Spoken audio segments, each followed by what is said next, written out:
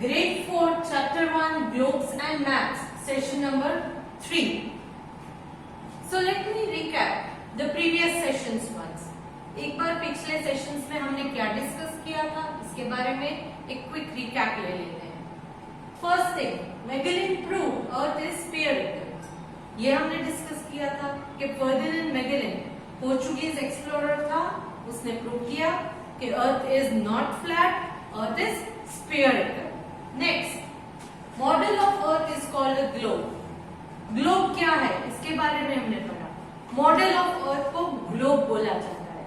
मतलब अर्थ जैसा ही दिखने वाला उसका एक छोटा सा हम मॉडल बनाते हैं जिसको ग्लोब कहते हैं. It looks exactly like an earth and everything is placed specifically on that globe. Next, drawbacks of globe. Globe के क्या नुकसान है, मतलब कि ग्लोब क्यों हम हर जगह यूज नहीं कर सकते.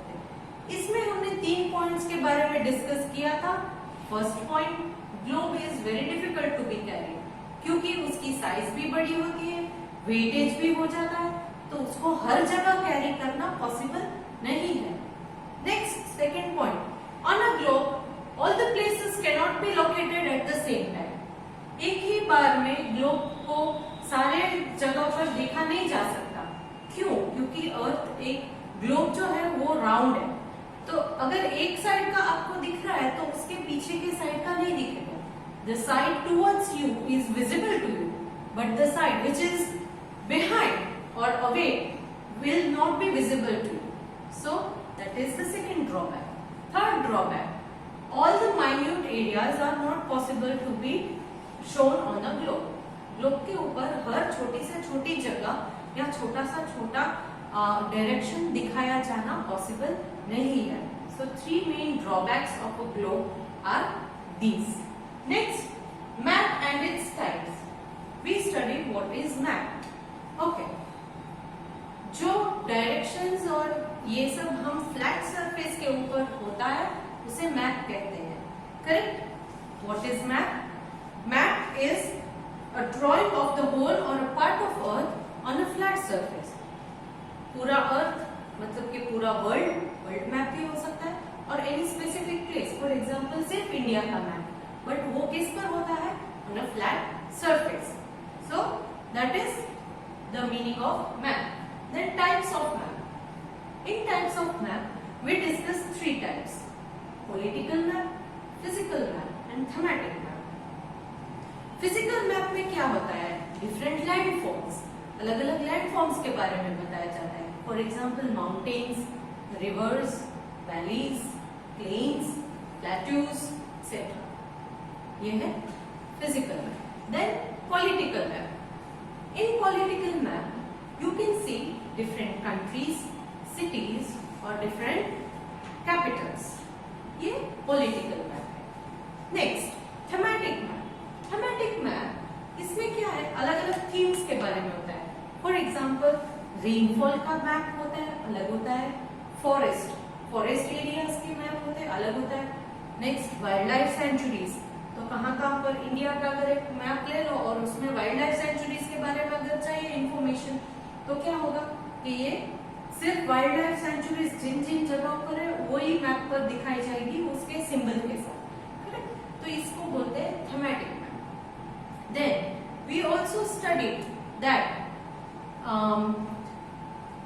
If you are having a plan of a smaller area, ये छोटे से एरिया के बारे में अगर है, for example your home, your school, इसके बारे में अगर कोई मैपिंग की गई है तो इसे मैप नहीं बोलते, इसको we call it plan.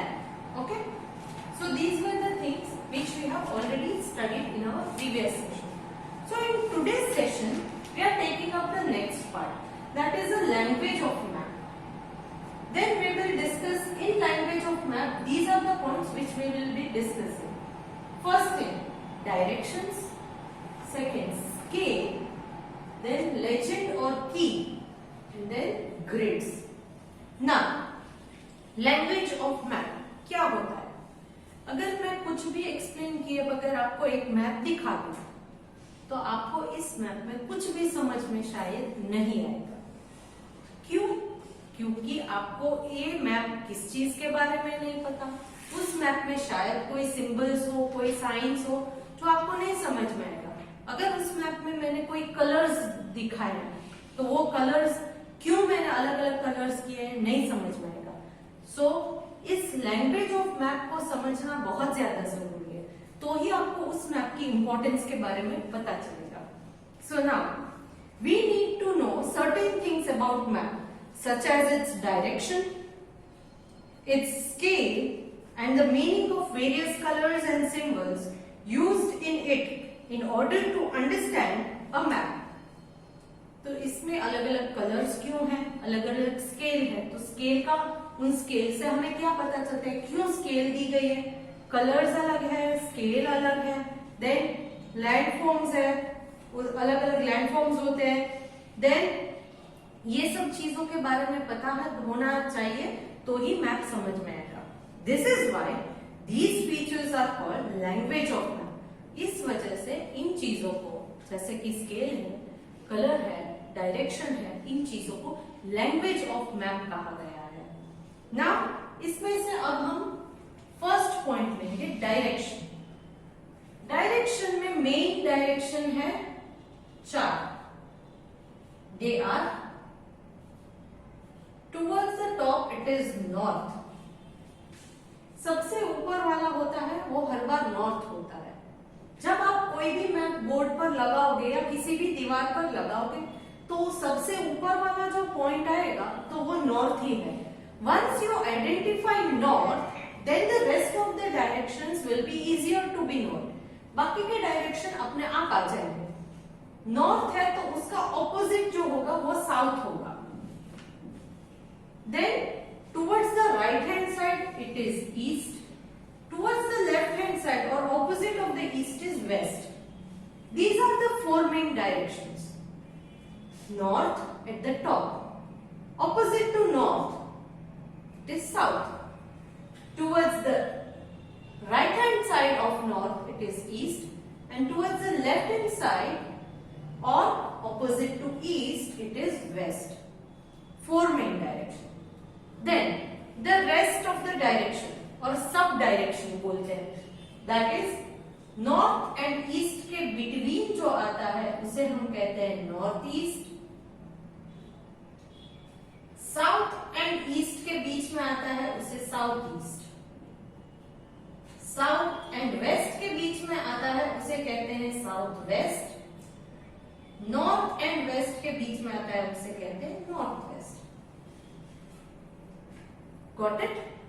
Late me repeat once again. North and east के बीच में जो आए north east, south and east के बीच में आए साउथ ईस्ट, साउथ वेस्ट के बीच में आता है वो है south west, north and west के बीच में है north west. So these are 4 सब directions. So all together 8। North east, south west, north east, south east, south west, north west, ये 8 directions. Now directions are the most important part of a map. They help us to locate a place easily. ये डायरेक्शंस पता होना क्यों जरूरी है? क्योंकि ये किसी भी लोकेशन को हमें ढूंढना है मैप में तो ये लोकेशन को फाइंड करने में हेल्प करेगा। अगर मैं बोलूं कि if I am staying in Mumbai and I want to go to Delhi, then you should know that Delhi comes towards the north side of Mumbai. Mumbai से नॉर्थ में जाओगे तो दिल्ली आएगा, करेक्ट? तो इस वजह से डायरेक्शंस पता होना बहुत जरूरी है। Maps are generally drawn with a symbol like this. Map अगर आप देखोगे तो उसमें एक छोटा सा सिंबल ऐसा आएगा।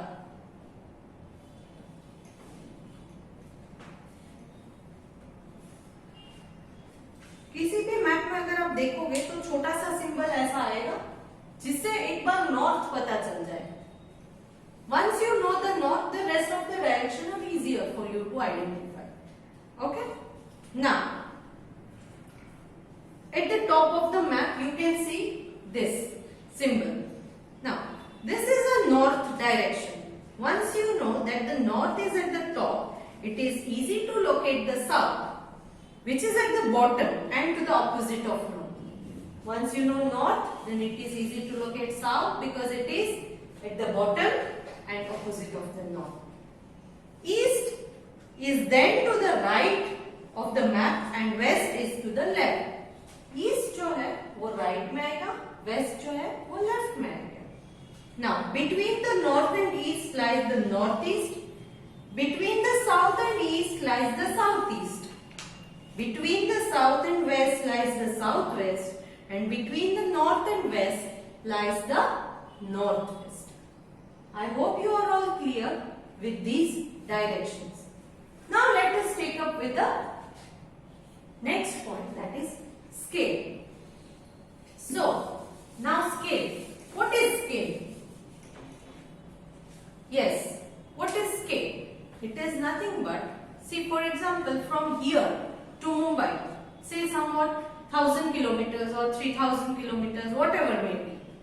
Correct? Just an example. मैं सिर्फ एक एग्जाम्पल ले रही हूं. तो क्या आप 1000 किलोमीटर का मैप बनाओगे? No, it is not possible. So scale क्या है? फॉर एग्जाम्पल मैं यहां लिख दूं 1 centimetre is equal to 100 kilometre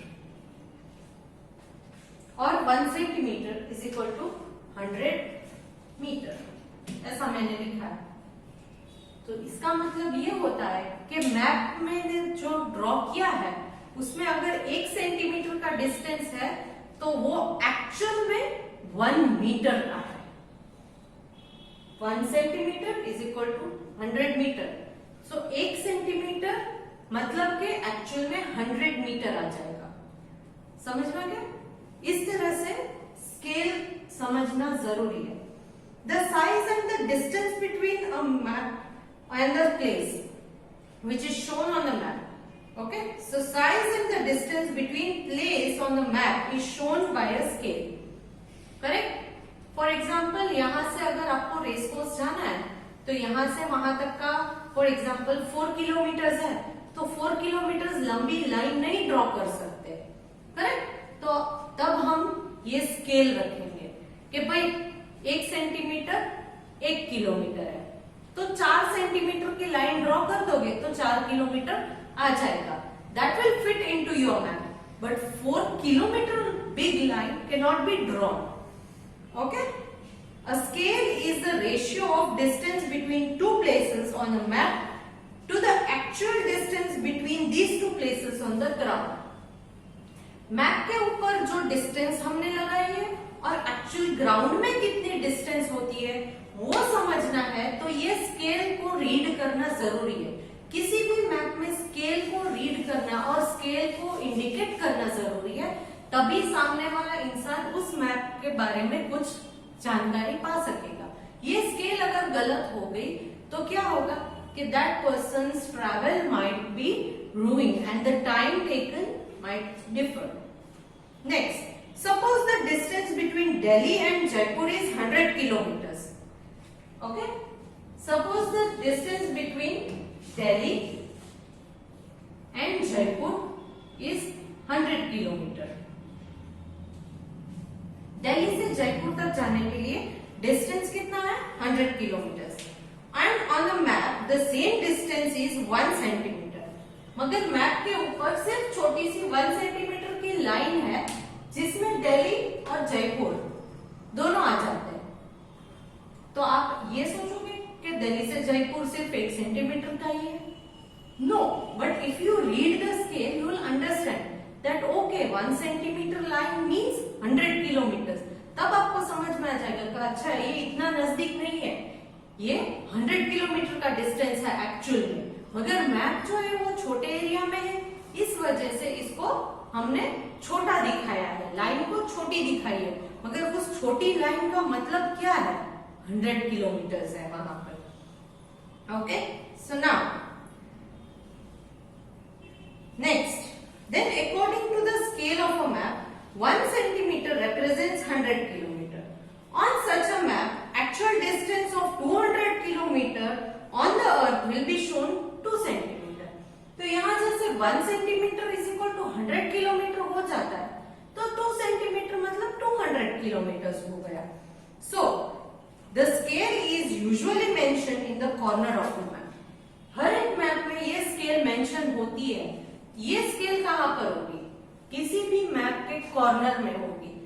Corner of a map you will see a small box which shows the scale of the map. Next, coming to the legend or key. This is the next point which we are discussing today. Legend or key. Now, the legend or key of a map explains what the color and the symbols used in a map mean. Legend और key का मतलब क्या है?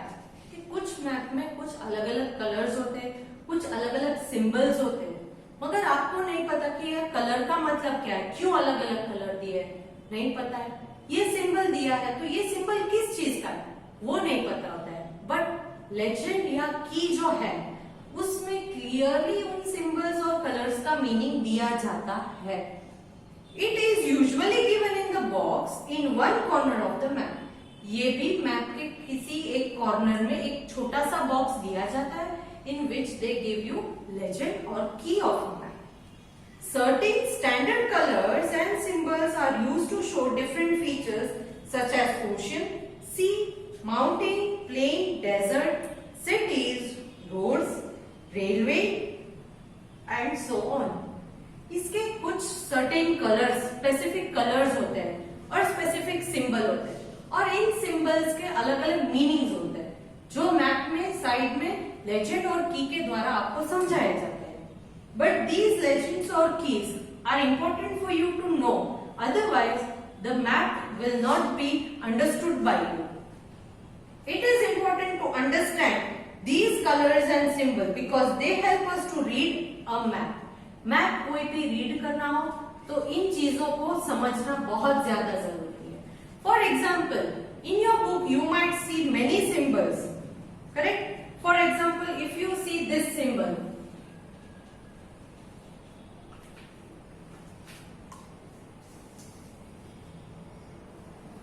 it is of red color in between. Then you will not understand without reading to a legend or a key that what this symbol means. But if you look into that symbol, you will understand that there is something different. But what different? To understand that, go to that box which shows the legend or a key and you will find that this symbol represents an airport. Airport होगा वहां पर लिखा होगा कि this symbol means airport. इस symbol के सामने airport लिखा होगा तो अब आपको समझ में आ गया कि पूरे मैप में जहां भी ये symbol दिखे आपको वहां पर airport होगा. Then there are many things. For example,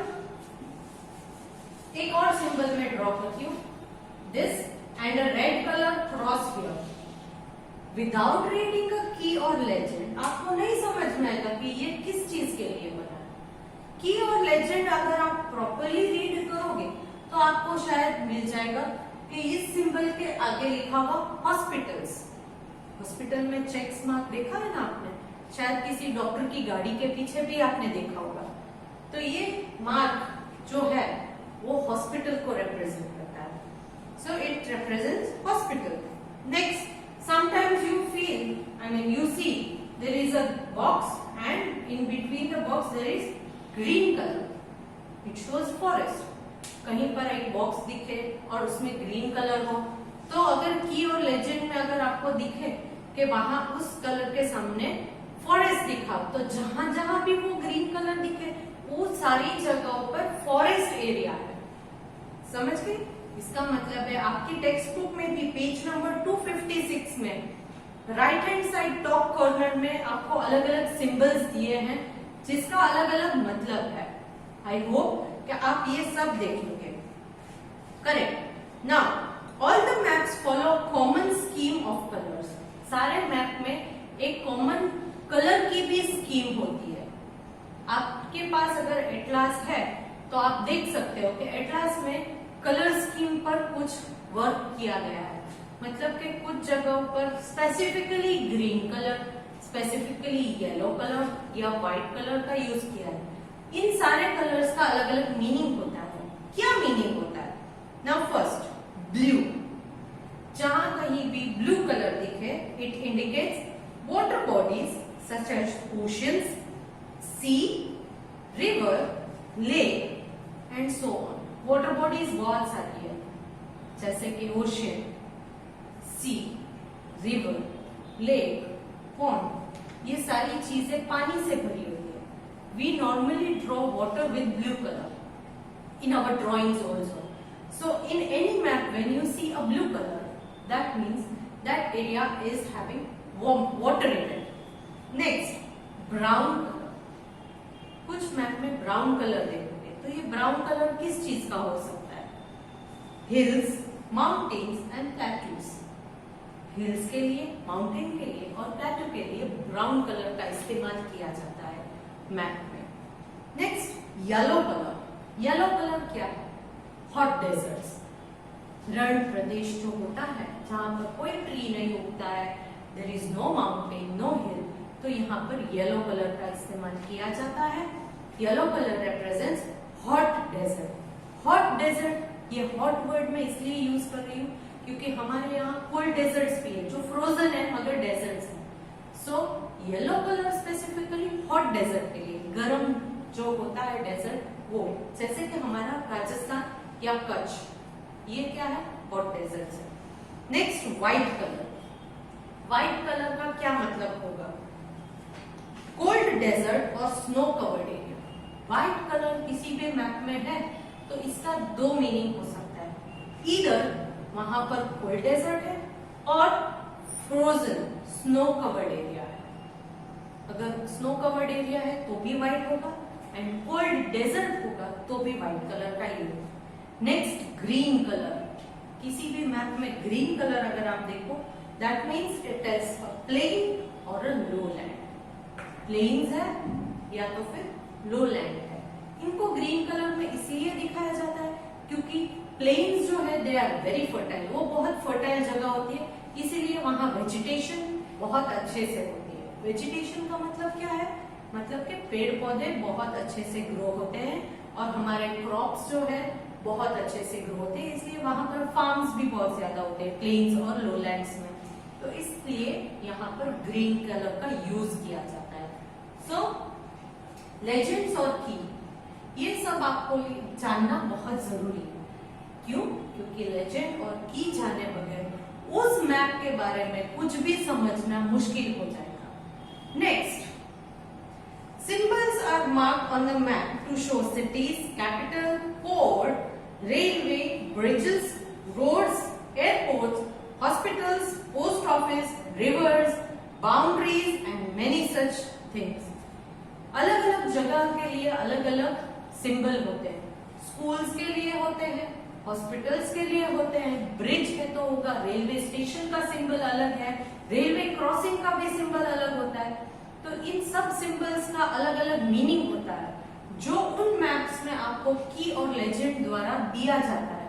तो उनको देखने के बाद ही मैप को समझना आसान होगा.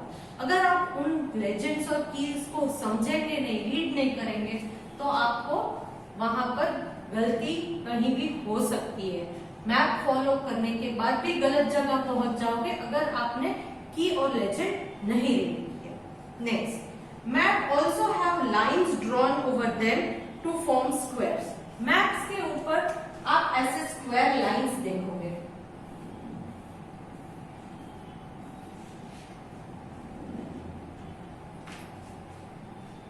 ये लाइन्स जो है वो छोटे छोटे स्क्वायर्स में डिवाइड हो जाती है, छोटे छोटे स्क्वायर्स में डिवाइड हो जाती है. Correct? These squares are called grids. इन स्क्वायर्स को ग्रिड्स कहते हैं. What are they called? Grids. So now we are talking about grids. Okay? Each grid has a number which help us to locate a place easily on a map. For example, if I give these lines A, B, C, D and these lines as 1, 2, 3, 4. Now, if I say that my house is somewhere here. So how will I tell some other person? अगर मुझे मेरा घर यहाँ पर है तो मैं किसी और को समझाना है तो कैसे समझाऊंगी? That time I will tell you follow 2D. 2D. तो ये 2 वाली लाइन और ये D वाली लाइन आ गया मेरा घर, करेक्ट? तो ये ग्रिड्स को नंबरिंग दिया जाता है और उन नंबरिंग से किसी भी जगह को लोकेट करना इजी हो जाता है. Now, maths have some advantages over globe. So now we are going to discuss advantages of maths.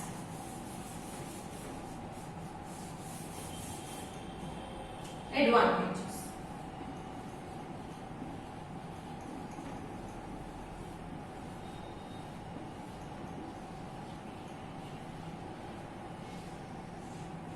Globes में हमने देखा था कि ड्रॉबैक ऑफ ग्लोब है. ड्रॉबैक ऑफ ग्लोब मतलब ग्लोब से हमें क्या फायदा नहीं हो सकता है. यहाँ पर मैथ में है एडवांटेज ऑफ मैथ. मैथ से हमें क्या फायदा होगा? First thing, they are small and handy. Maths छोटे होते हैं और हैंडी. हैंडी मतलब कहीं पर भी ले जा सकते हो, उसे हैंडी कहते हैं. Next, they can be folded and carried easily to different places. Map को सीधा रखना जरूरी नहीं है. If it is on a piece of paper और anything, you can fold it, keep it inside your bag और a pocket and carry it with you anywhere you want. Globe में globe को फोल्ड किया जा सकता है? No, not possible. तो globe is very difficult to B carried to all the places, but maps can be folded and taken to any place. Maps are handy. Handy मतलब वजन नहीं होता है क्योंकि पेपर के ऊपर होता है, तो it is not heavier and easily be carried. Next, map shows small areas in great detail while a globe only shows what earth actually looks like. Globe में क्या होगा कि अर्थ कैसा दिखता है वो सिर्फ दिखाया जाएगा, मगर मैप में अगर आप जितने भी छोटे एरिया का मैप बनाना चाहो आप बना सकते हो. फॉर एग्जाम्पल, ग्लोब में तो पूरा अर्थ दिखता है. अगर मुझे सिर्फ राजकोट के बारे में जानकारी चाहिए तो वो ग्लोब में दिखेगी नहीं, मगर मेरे पास अगर सिर्फ राजकोट का एक पर्टिकुलर मैप है तो राजकोट के अंदर जितने भी जगह है उन सारी जगहों के बारे में पूरी डिटेल्स, रोड मैप, सारी की सारी डिटेल्स मुझे मिल जाएगी. So smaller details are also shown on the map but not in a globe. So these are the three main points for which we are having advantages in map and disadvantage in globe. So now, today we discussed language of map. In that we first discussed the directions, 4 main direction, 4 sub direction, altogether 8 direction. Then we discussed the scale. Why it is necessary? So that the actual distance from one place to another can be known easily. Then we talked about the legend of the key. Legend of the key. यहाँ पर हमने symbols, colours जो map में दिखाए जाते हैं उनके क्या मीनिंग्स हैं इसके बारे में सुना. Then we talked about the grid. किसी भी प्लेस को लोकेट करना है तो ग्रिड्स क्या जरूरी है. क्यों? क्योंकि उनके नंबर से कोई भी प्लेस आप लोकेट कर सकते हो. Lastly we discussed the advantage of map. So with this session we are coming to the end of this chapter, globes and map. यहाँ पर मैं ये चैप्टर कंप्लीट कर रही हूँ. इसके साथ में आपको होमवर्क दिया जाएगा जो आपको कंप्लीट करना है. वर्कशीट है जो कंप्लीट करनी है. नेक्स्ट सेशन में मैं आपको इस चैप्टर के क्वेश्चन आंसर्स या एक्सरसाइज है उसके बारे में डिस्कस करूंगी जो आपको मेरे थ्रू आंसर्स दिए जाएंगे और बुक्स की भी फोटोग्राफ्स भेज दिए जाएंगे तो आप वो कंप्लीट कर सकते हो. आज के लिए मैं अपना सेशन यहीं पर समाप्त करती हूँ and I hope you all enjoyed the session and if you are having any doubts we will solve it later. But for now I am taking a break with this session and hoping that you will complete your worksheet with your own self. In case you are having doubt, please refer to the book once. Refer to your videos. You can recap the video. एक बार video rewind करके देख लो तो भी मिल जाएगा. And otherwise, talk to your friends and get the answers. I hope you enjoyed this. Bye.